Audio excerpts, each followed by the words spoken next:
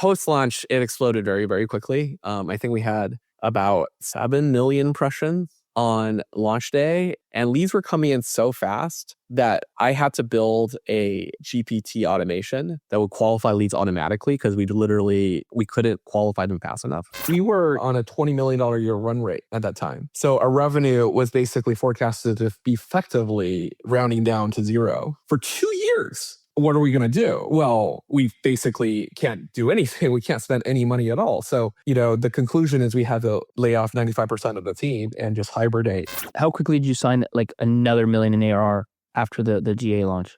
It was within the next 30 days or so. Wow. Yeah. That's a good launch, man. That's a good campaign.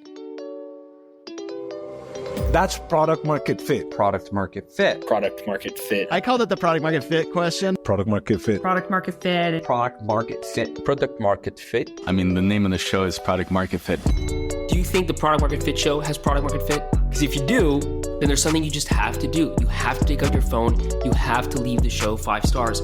It lets us reach more founders and it lets us get better guests. Thank you. Siqi, welcome to the show, man. Hey, thanks for having me. It's great to be here, Pablo. I'm excited to chat about this with you. I mean, your company Runway is doing this kind of finance simulation, which I've now, but only in the last year or two, seen a few players start to pop up to try and kind of simulate business decisions and how they might look on the finance side. You were pretty early to this, I would say, since 2020. Let's start there. Take us back to when you started the business, maybe right before, what you were doing that led to this idea in the first place. Yeah. Well, to start, I think business simulation is 40 years old, maybe 50. When we invented spreadsheets, it's in some ways a simulation of business. It just weren't very useful or good simulations of them. And that is what triggered me to want to start this company about 5 years ago, is trying to figure out how do we build a platform and a tool that can create better simulations. Is FP&A in general? Is that what you would call the space? Yeah, FP&A in general is in some ways a simulation of a business. And I think that's sort of not well understood because most people think about finance as sort of bean counting. And that's the accounting bit of finance. But the FP&A bit is strategic. It's about the future of the business. And you have to have simulations to do that. But typically, and I don't know where Runway comes in, but just typically, at least my understanding of FP&A is it's highly specialized finance roles that are really using this stuff. And obviously, they're then preparing things and presenting them to CEO, CMO, whatever, to see what projections would look like. But it's not like you have, a founder type person playing around with things, tweaking things, and seeing how that plays out. At least in most FP&A tools that I would know. That's exactly right. That is the state of the world, right? And my experience running the company right before Runway and my first company exposed that is how it works to me. I experienced that. And I think that is the thing that's kind of broken, right? The job of finance, the job of FP&A is to deliver a forecast and to help the business ultimately make better business decisions. And in the ideal world, you want that to be the same person. But the reality is that business is complex. Finance is complex. And so you need to have specialized tools and specialized people to try to do that. And the thing that didn't make sense to me is how poor that experience is as a baseline. That goal of delivering that insight is just not achieved today in the real world. But we spend an enormous amount of time and capital trying to make that happen. And one of my beliefs is that a lot of the times it's just because the tools aren't good enough. Our tools inform our behavior as much as our behavior mold the tools that we create for us. What was, by the way, the business that you were running before Runway? So I was running a company called Sandbox VR in early 2020. So I joined a company as chief product officer, and then around when we were raising our Series B, I was appointed CEO. The founder and the board thought that was the right move because I raised the round for our Series A and I was going to do the Series B, and I was doing most of the job of the CEO anyway. So that happened. And then basically 6 months into the job, COVID hit. So we're 400 and some employees. And overnight we went down to 15 because we had to hibernate the company. But the process of getting there required us to make these models because nobody knew how long COVID was going to last, right? Elon said in March of 2020 that it was going to be over by June, right? And meanwhile, in January, before the virus really came here into the States, Andreessen started posting these signs on their door saying, "We don't shake hands anymore." And they were excoriated, dragged in the press over like fear mongering about COVID. And so that was the background, right? When it did hit and lockdown started happening or about to happen, this is like March or so, everybody was sort of triaging their portfolio companies as a VC. And so we had to create these scenarios for how long COVID was going to last. And Andreessen, Were they an investor? yeah, so they led our Series A at Sandbox. Okay. So we were Andreessen's very first overseas investment. They told us that, no, you need to plan for 2 years. Nobody was planning for 2 years in March of 2020. Also, because as a startup, you oftentimes don't really, even if you were like, it's going to be 2 years, you're like, it better be a one, because what am I going to do for 2 years? Yeah, we were on a $20 million a year run rate at that time. So our revenue was basically forecasted to be effectively rounding down to zero for 2 years. Wow. What are we going to do? Well, we basically can't do anything. We can't spend any money at all. So, the conclusion is we had to lay off 95% of the team and just hibernate. And not to get too deep into that story, but like what was the product that COVID was going to have such a big impact on top line? So where do you live? In Ottawa, in Canada. Okay, so we don't have a location in Canada yet, but what Sandbox VR is if you watch Star Trek or The Matrix, it's basically like a holodeck or The Matrix in real life is the best way I can describe it. So we have these like rooms, we call them holodecks, around the world. So now there's 70 locations. We're in Dubai, we're in Macau, we're in Las Vegas. We have 2 locations in Las Vegas, a bunch of locations in California and America. So I think about 20 different countries now. And basically you can think of it as like the movies where you buy tickets. So similar business models to movies, but instead of watching a movie, you're a character in the movie. So you can be a crew member in Star Trek, or you can explore the world of Stranger Things or play Squid Games. All of these are titles that we have at Runway that we've officially licensed with all the different IP holders. And the difference between at-home VR and what we do is the biggest difference is that you're in this real-time motion capture stage. So you have a full body and it's multiplayer in the same location. So in VR, you see all of your friends. They look like different characters from the game, but you can touch them, you can high-five them. It's a full body experience and they would transport you. So naturally, it was going to be closed during COVID.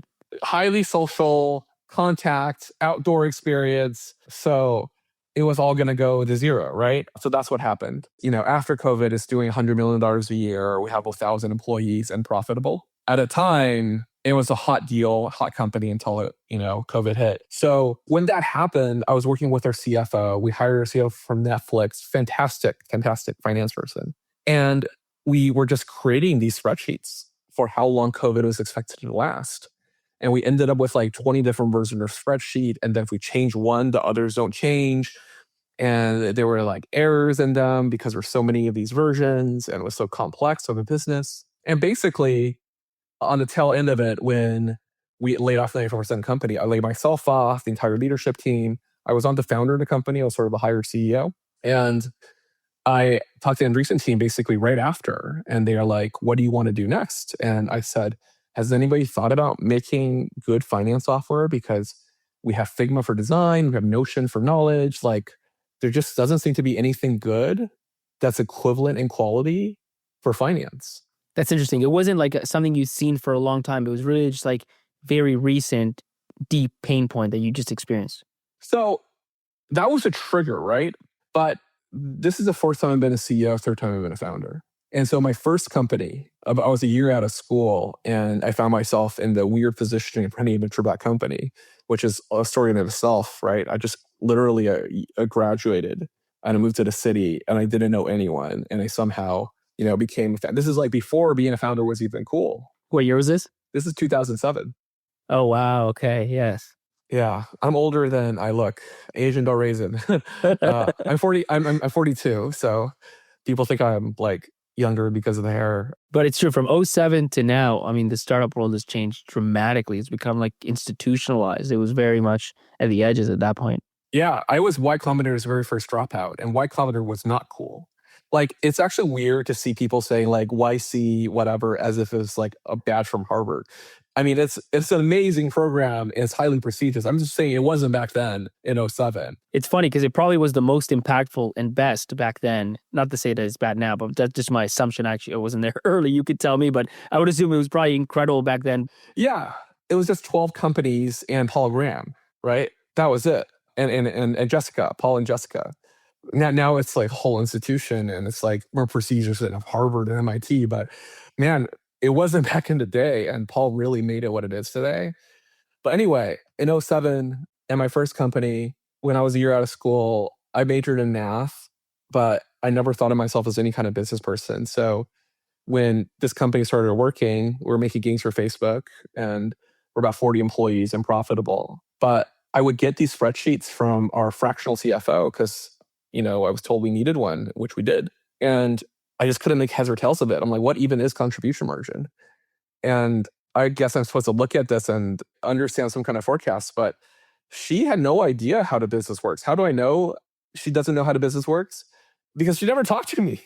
She never asked, like, how does this work? It's basically like, here is like this standard 3-statement financials, and we're going to forecast trends from here. And I just remember for a really long time feeling really insecure about understanding finance as a business person. And I think that's really common with founders, right? Like, unless you get an NDA or something, you feel like you should have an NDA to understand this stuff. I still have this. I mean, like so many first-time founders that I work with, it's the same thing every time, right? It's like, okay, you got to do accrual, like, you got to account for things like this and like that. They're like, I just want to know where the money went. And I'm like, but there's a whole system, but it's just the load to understand GAAP financial and cash finance and all this stuff like is high. And so a lot of people just start with a spreadsheet and just put like dollars here, then they went there, and it can become a mess later. But anyways, I faced the exact same issue in my first company. So it's just like, I think it's just the thing that keeps happening and happening over time.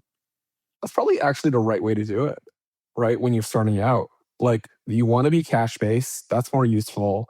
You want to create a model so you understand how business works. Those are good things. And that's what creates this disconnect, right? So then you introduce finance and you have accrual accounting, you have the 3 statements, GAAP compliance, all these different things. And that's designed to solve a very specific different problem, right? That's for compliance and controls and standardization. And the needs of a founder is around operational understanding the cash view, the reality of where it is today, rather than virtual money in the form of accruals, amortization. And there is no bridge between the two, right?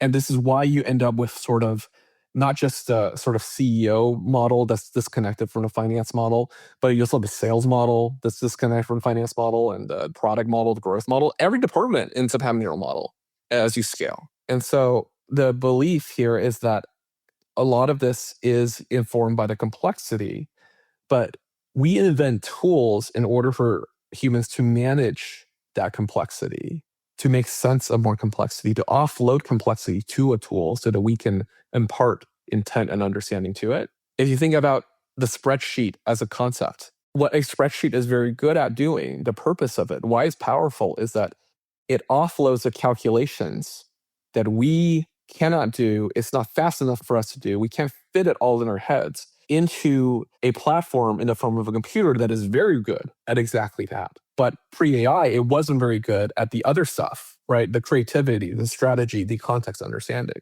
And so we think about the opportunity the same way, which is like, how do we make this business that is complex, and the gap between finance as a concept and people who are operating, how do we bridge that gap? That has been sort of our North Star, and it's been a very long and fulfilling and often painful journey to get there. And so when you go in, like 2020, post not shutting the other business down, but reducing it drastically, and you talk to A16Z about this idea of kind of Figma for finance, the high level problem is clear. What's in your mind as what might be a way to solve it? I just went inside and thought about my experience operating. And I think that was probably the right place to start. We also talked to an enormous amount of finance people, like over 100, just to see what the pains are. Before you started Runway or after? After. Like, this is a problem that I wanted to work on. So we raised money. And that's one of the things about being a sort of second, third time founder. No matter what happens, it's just easier the next time. People want to bet on people who keep on swinging the bat. So what we realize is two things. One is their finance is experiencing a lot of pain, but those pains are different from the pains that I experience. And so one of the dilemmas you often have as a founder first getting started is there is your personal experience. There is the utopian world, the ideal world that you think ought to be. And then there's a lived reality of the customers and users that you're going to sell to.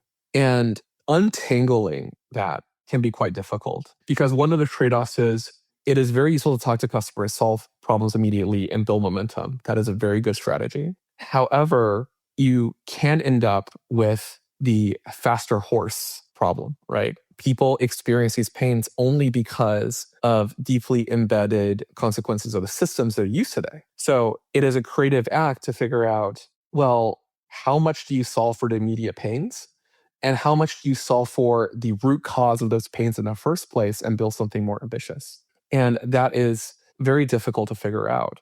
There is often a trade-off between how quickly you can get started today and make progress and whether you're setting yourself up for long-term success, right? And when we thought about the problem, the way we thought about this is if we're going to build for the long haul, we want to get the primitives right, the foundations of what we're building right. And so what we started with is a view of your finances that was incredibly flexible. We built this ultra pivot table, basically. And the idea is most founders would look at a financial statement or your QuickBooks and find it completely useless, right? It's very difficult to get insight from it. What you as a founder or CEO would think about is, where did my money go? In what categories? And you want those categories to map what's in your head. And in those categories, it's not G&A and S&M. It's like, I have this department, I have this project, I have engineering costs and hosting costs, and I'm trying to trade off these different sources of spend. I want to find where I can save money. And you want it to all add up and you want a CAF fee. So we built that. We'll dive into that, but maybe just a few specifics. First, you said you raised some money. How much was your pre-seed? $5 million.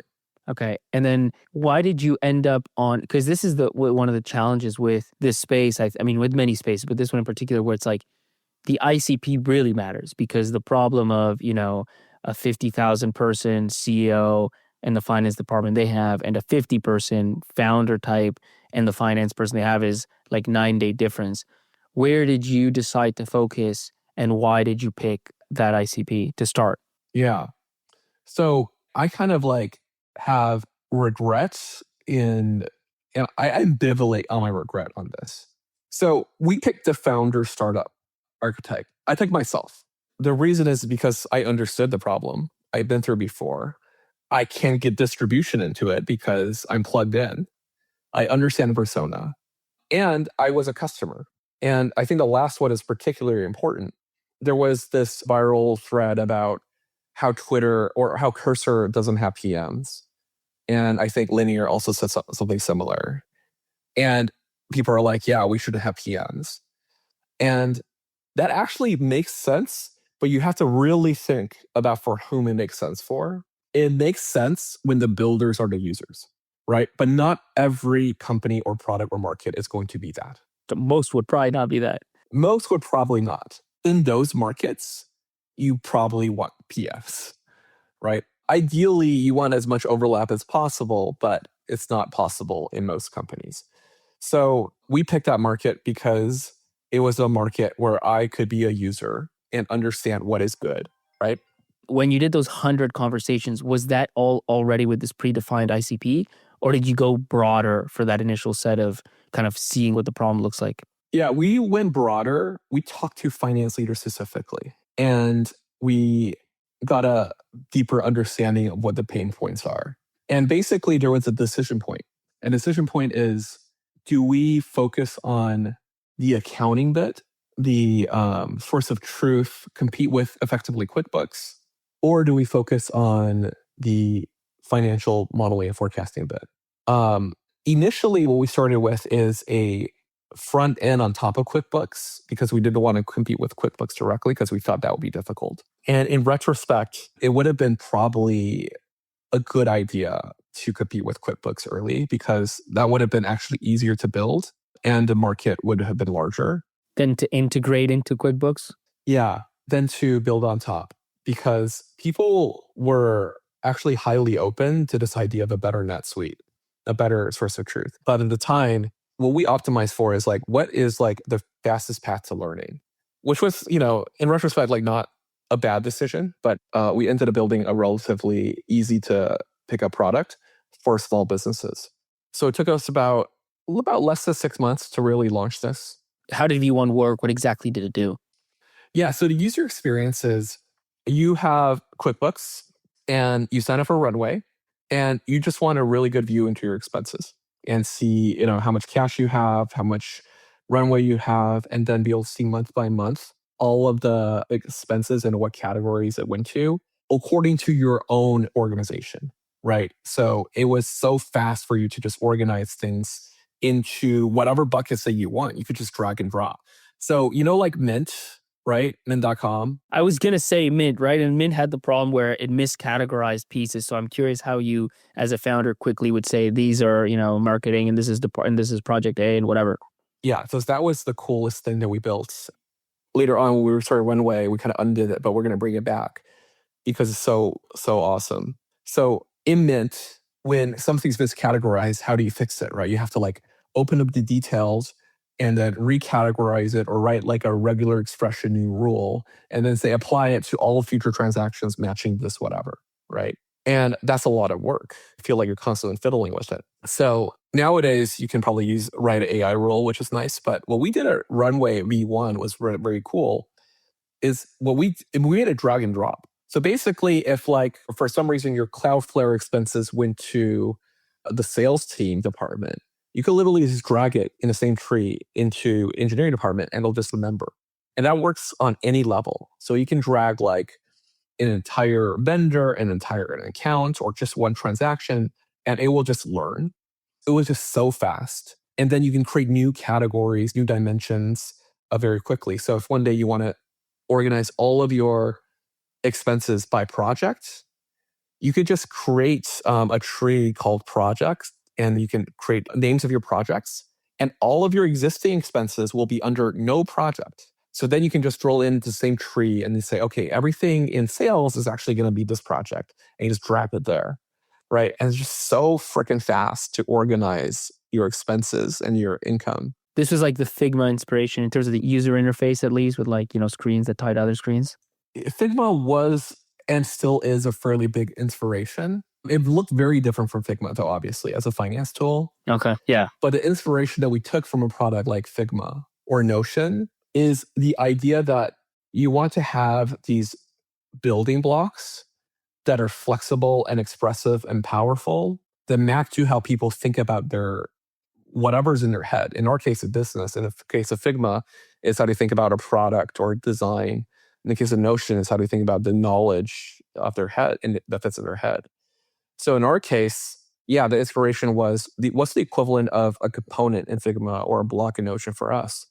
And we call them blocks in Runway V1.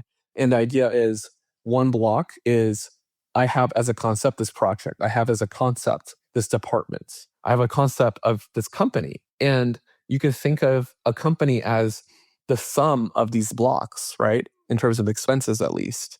You have your sales expenses, your engineering expenses, your hiring expenses, your revenue. And the sum of that is sort of net income. And so can we just make all of those same thing? Can we make it sort of recursive? Was the idea. And the end outcome, like the value for this founder operator would be a clear view that he or she really understands in a way that's speaking their language, not, accounting language, but also not incorrect language that they might set up on a spreadsheet that then is impossible to reconcile and starts to get too messy. Exactly.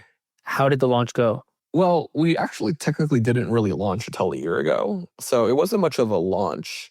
I tweeted about, how we're thinking about the business and what we're doing, about where we want to take it. And this is 2021 at this point? This is late 2020. Okay. And we just had some people sign up, basically. It was PLG, so anyone could sign up. free or was it a freemium? Like what was the model? It was free at the time. We weren't charging. And we got very strong reactions. People really, really liked the product. But the problem is they weren't willing to pay a whole lot of money for it. And that's one of like the first learnings is that there's an enormous amount of difference between something that is valuable and something that people really like a lot as an experience. You want those to be the same thing as much as possible, but oftentimes they're not necessarily the same thing, right? Value is about solving really deep, impactful pains that cost people a lot of time or money. I think Sequoia describes it as the difference between a vitamin and a painkiller. And vitamins can be sugar-coated, right? They can taste good. And so what we learned is that as a founder, you think you have the problem of wanting to understand your finances better. So you're like, okay, I need to get a fractional CFO. I need to get these statements. I need to be good at this. I need to get Runway V1. And it'll tell me exactly where my money goes so I can like do a good job of like being frugal or whatever. And the thing is, Runway does that. It was very good at doing that. It did the exact thing that you wanted. And what founders found is that like every small company, all of your money went to people, maybe a little marketing. That's it. That's actually it. And you had like your Figma subscriptions or whatever, but like that's basically a rounding error next to salaries. And if you're in the market, maybe marketing as a small company. By and large, that's what we see. And that's cool to see. But the next month, that doesn't really change. The month after that doesn't really change. And you're not spending that much money anyway because you're small. So how much money are you going to spend on this finance platform that tells you these things, but it's not really that interesting because it was actually really good at telling you the truth. And the truth is, it's not that interesting. You should be spending your time on like getting to product market fit than looking at your finances. I'm gonna ask you for a small favor, a tiny little favor. In fact, it's not even, now that I think about it, it's not even really a favor for me. I'm actually trying to help you do a favor for you. Just hit the follow button. You won't miss out on the next episode. You'll see everything that we release. If you don't want to listen to an episode, you just skip it, but at least you don't miss out. It's funny, like you're surfacing, the classic 80-20, maybe might even be 90-10 in this case. And by doing so, you're kind of like getting rid of a problem, but because it's a one-time thing, once they see that it's not a thing, that everything else is noise, the only outcome could be, if you're rational, like, okay, like you said, I'll go spend my time elsewhere. Thank you very much, but I'm certainly not going to pay you. I mean, maybe I'll pay you recurring, but if it is going to be like $10 a month, because why would I pay anything more than that? Yeah, exactly. So then at the same time, we had a wide swath of companies try this, and some of the companies were larger. And for the larger companies, it was cool, but they had very different problems. And most of their problems were future looking. They needed to understand the impact of decisions worth tens of millions of dollars across capital expenditures, hiring, strategy. And they wanted a better tool to do that. And their tool today is Google Sheets, right? And in order to solve that, you had to build effectively Excel. And we knew that would be really, really difficult. So we didn't want to start with that. But that is where the value clearly is when your problems are at that scale, right? You're willing to pay a small percentage of the cost of that problem in order to make a slightly better decision. But building that product was going to be very time consuming. So that's part of the reason why we didn't start with that, right? But we learned fairly quickly that actually, in order to make a dent in this understanding and offer your business space, you kind of have to build that. What was status quo, though, in that space? Because that is, at least classically, in my understanding, the FP&A space, right? Financial planning space. And so what were people, spreadsheets has always been part of that tool set, right? But what else were people using, and what were the blind spots or the gaps that were left? Yeah, so people were using things like Anaplan, Adaptive Insights, Planful, Cube, Data Rails started around a few years before that, Vena. And so these are tools that either would bring data into your spreadsheet or will replace your spreadsheet entirely. And the value is twofold. One is, so backing up for a second, what are the highest pains of a finance team historically? The highest pain has been actualizing your model and how much time and effort it takes, just clock time every month. Because what happens every month is that time passes and you are maintaining this model. This model needs to forecast to the future, right? And for any simulation to work, you need to have a starting state. The starting state needs to be where you are today. And so your general ledger, your QuickBooks, your HR systems, your CRM, your data warehouse, all of your existing sources of data is effectively that starting state. So what that means is every month you have to pull the data from all of these different sources of data, and there's more and more of them with more and more data. And you have to somehow twist them into a configuration that you can use to update your model. So that's just enormously painful. The second thing is, in order to plan and collaborate, you need to talk to a lot of people and get information from them. So if you've ever run a department at a mid-sized company, every quarter, you're likely to get some kind of spreadsheet in an email. It could be a Google Sheet, it could be an Excel, and it's just this template from the finance department. And you're supposed to fill in your budget and travel and your revenue and your salary, whatever, like all of the expenses that you expect. And then you email it back. And you can bet that's probably the last thing on my to-do list, right? Because I got 100 other things I'd rather do. And the finance team is just nagging the different department leads on Slack to please do this. So that's annoying for the finance team to have to do it. And the third thing that happens is just business is enormously complex and you can't trust your model anymore. So at some point, all of these pains become so painful that you go on Google and you're looking for some kind of software that to solve for these pains. And that's when you buy something like an Anaplan or Adaptive.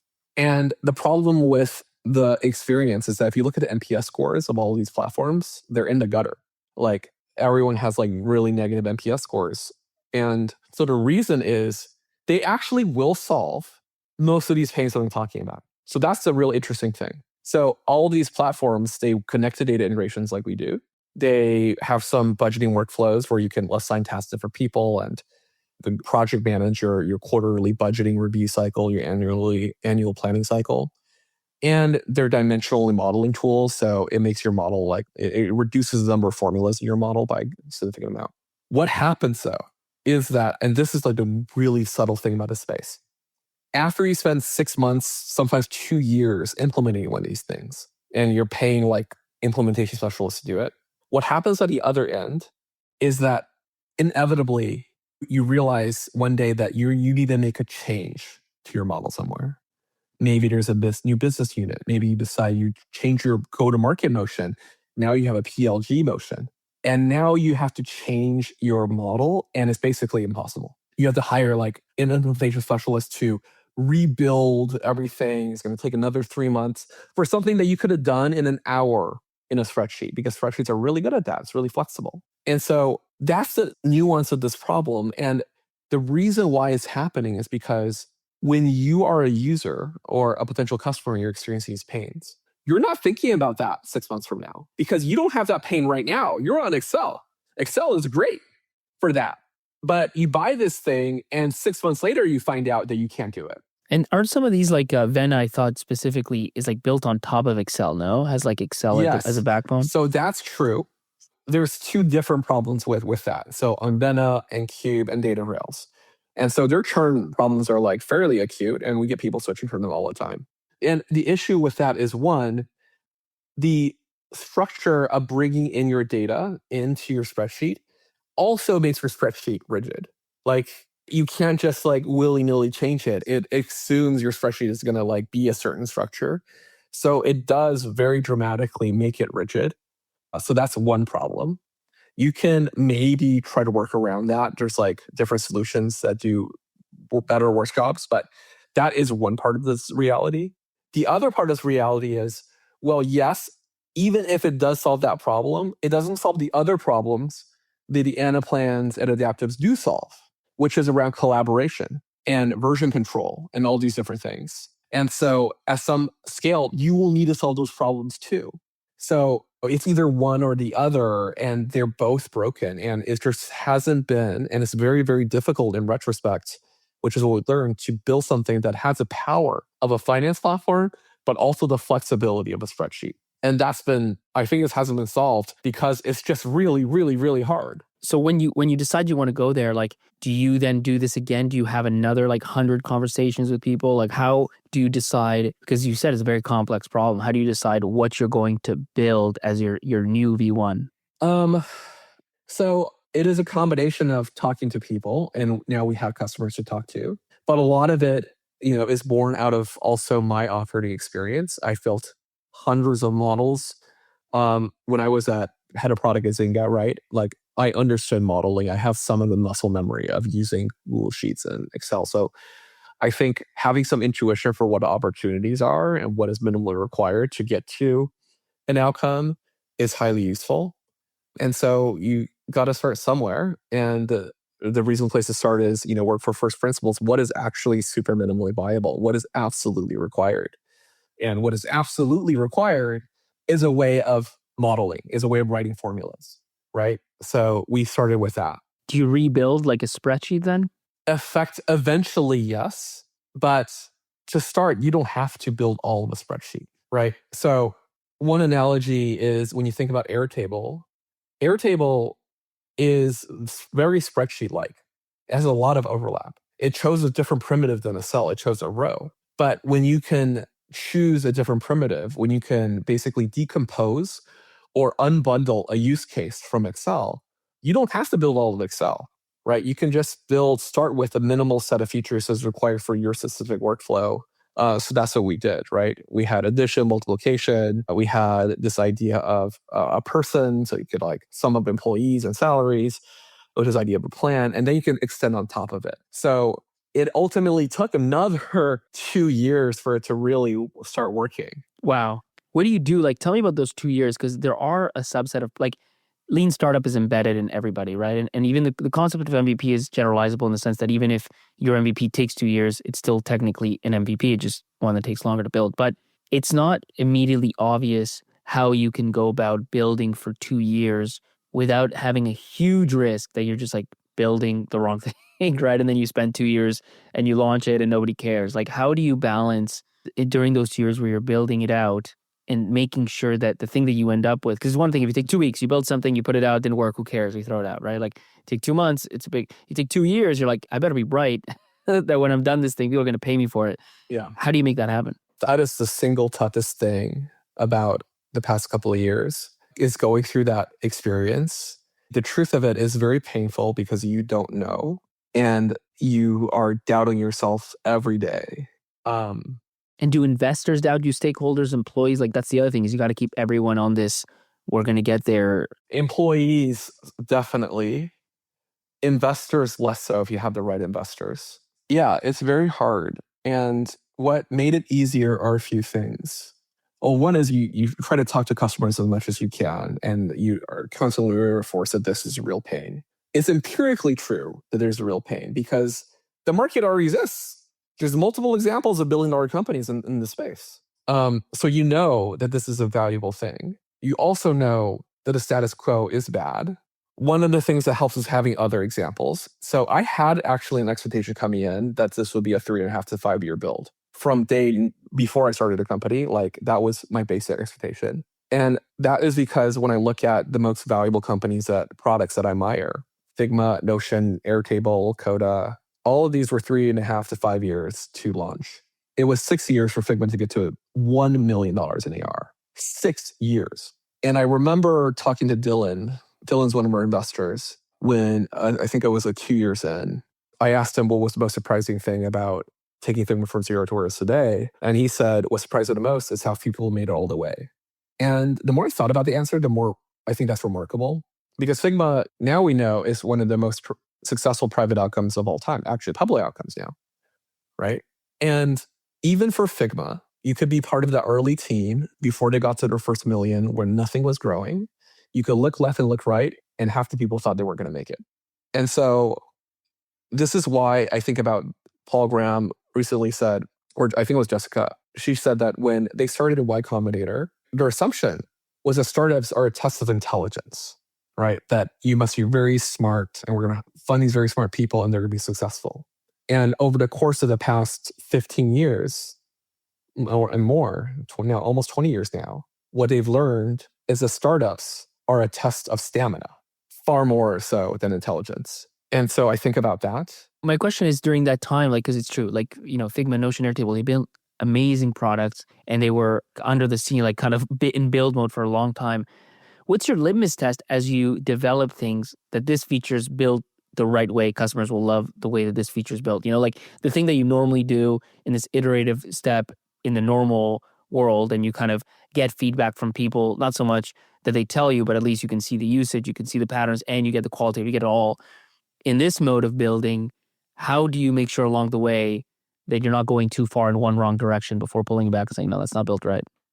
So we had design partners, right? We were never building in a vacuum. We had design partners from day one, and we would churn through them because the product just didn't do much, and it had to do a whole lot before anyone could really use them. But the good thing is, like, when we did churn through them, they weren't upset about it. They were just like, we really believe in what you're doing, so don't even sweat it. And the expectations, I guess, were set the right way from the beginning. Right. As a design partnership, we're early. And that could be like a very good gift. The other thing that helped, the question was, how do we know what is good? And one of the classes I recommend every single founder product person take is the Product Sense course from Shreyas Doshi. It's the single most valuable course, I think, in the world. I'm not even exaggerating. Like, it is just that good. And one of the classes was on taste. And his definition of taste is as follows. Taste is the ability to know what's good without the need for external validation and the ability to explain why. And so the answer to your question is you have to bet on your taste on some level as well. And so startups and good products do not get created as a result of a random walk. And what I mean by that is you're going to randomly try things and then see what happens. Good products come from, yes, empirical validation, but also a strong sense of intent and taste. And you have to trust that. And it takes an enormous amount of will and stamina and belief to trust your taste, as well as discipline to get feedback on the things that you build. So you have to do both. When did you finally launch this product of Runway? So we went to general availability a year ago. So let's say late 24. That was 4 years in. Your pre-seed is it's relatively easy, just in the sense that you're a proven founder, you've got a thesis, okay, let's go. How do you raise your seed, and then how do you raise your A, which, correct me if I'm wrong, it says $27.5 million, right? Like, what is the story you're pitching in 2023 to raise, $25-30 million if you're still mainly in that kind of build mode? Yeah. Well, there are certain products that just require a lot of CapEx, right? Building an operating system for a company is certainly one of those products. And those products can be good investments for a few reasons. One is if the market size is that large and the addressable market is basically every company and the opportunity is large and there's a wedge into the opportunity, like it's clearly underserved. Nobody's happy with any of the products that they have. So that's one. Another reason why you would want to invest is because you believe that there is a disruptive opportunity and this team is uniquely qualified to do it. And so the reason why we would raise such a large round is because we could show the product. Well, that was going to be my question. Were they close enough to the space to know, to understand and have taste? Because you have to have taste in a product. You have to know like the use case, the ICP, these sort of things. Yeah. So where we differentiate is we're building for people inside a company, right? Finance people are people too, is one of our mantras. We say finance is not just finance. Finance is everything that happens in the company. So being able to demonstrate the value, but also what a product built for people that makes the finance of the company understandable feels like. What it should do is, even if you're not a finance person, you can look at this product and say, that makes sense, I get it, right? It's intuitive. And just like how if you truly understand some domain, some discipline, one of the hallmarks of that understanding is you as an expert should be able to explain concepts in very simple terms to a 5-year-old, right? A sort of like amateur wouldn't be able to do that, right? That's one of the hallmarks of mastery. I think one of the hallmarks of a great product should be that someone with no experience whatsoever should be able to look at your product and understand how to use it, have it make sense and be useful to you, because ultimately humans use it. And so that's what we were able to show for the first time in this domain. And then you draw some lines and you say, oh my God, if this works the way it's supposed to work and I see some evidence of it, this could be an extraordinarily valuable company. What was that kind of demo that you were showcasing in 2023? Like, what were the key things that were enabled by that version? Yeah, so we showed a combination of the Runway V1 pivoting, but also this idea of plans. And plans allow people to connect operational intent, like your roadmap, a project, the things that you do, to the model for the first time. So inside a spreadsheet model, right? And this is the thing. People think finance is a separate thing, and the finance is a separate thing. And basically, our entire belief is not. It really isn't. It just seems like it because it's really complicated and opaque. But it's not different. It's not separate. It's actually intimately connected to everything that you do. So an extreme example is a product roadmap. So you spend all this money on designers and product people, engineers, to improve the product. But why? Like, why are you doing that? The reason why you do that is because at the end of the day, it increases the value that people are getting from the product. So maybe you can command higher pricing, or it increases value so that your retention goes up and your churn goes down, or it improves conversion rates, or it expands to a new market, so your market size is larger. It does these very specific financial things. And that context is either disconnected from the model, or it shows up as a good model will have a line for conversion rate, and maybe you change a number here, right? But that number doesn't just change on its own. It changes because you did something to change it. You shift a new feature, there's a new initiative. There's a connection there that just doesn't exist. So we create these constructs that connect the operational intent with your model for the first time, and we're able to show that. And so having a good story, but also having the evidence where they can see with their own eyes, the proof of that story, at least if not completely true, we're on the path to making it true, was the thing that did it. When did you actually publicly launch the product? Entered general availability July of last year. And we launched this sort of like beta for design partnerships marketing site a year before that. And how did the public launch go? How did you structure it? Yeah, so for the public launch, the timing was, hey, do we have enough confidence in our product market fit to really start scaling out the machine? And about 2 years ago was AngelList started running much of their business on Runway, when we thought, okay, if AngelList can do it, then we think a lot of companies can also be successful here. So that's when we started the plan for the launch. And for the website itself, for some context, 2 years ago, we launched a website, it went highly viral. Like I won a Webby and like a bunch of people retweeted. It got a few million impressions.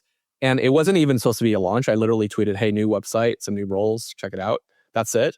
And people were like, this is the most like insane website they've ever seen.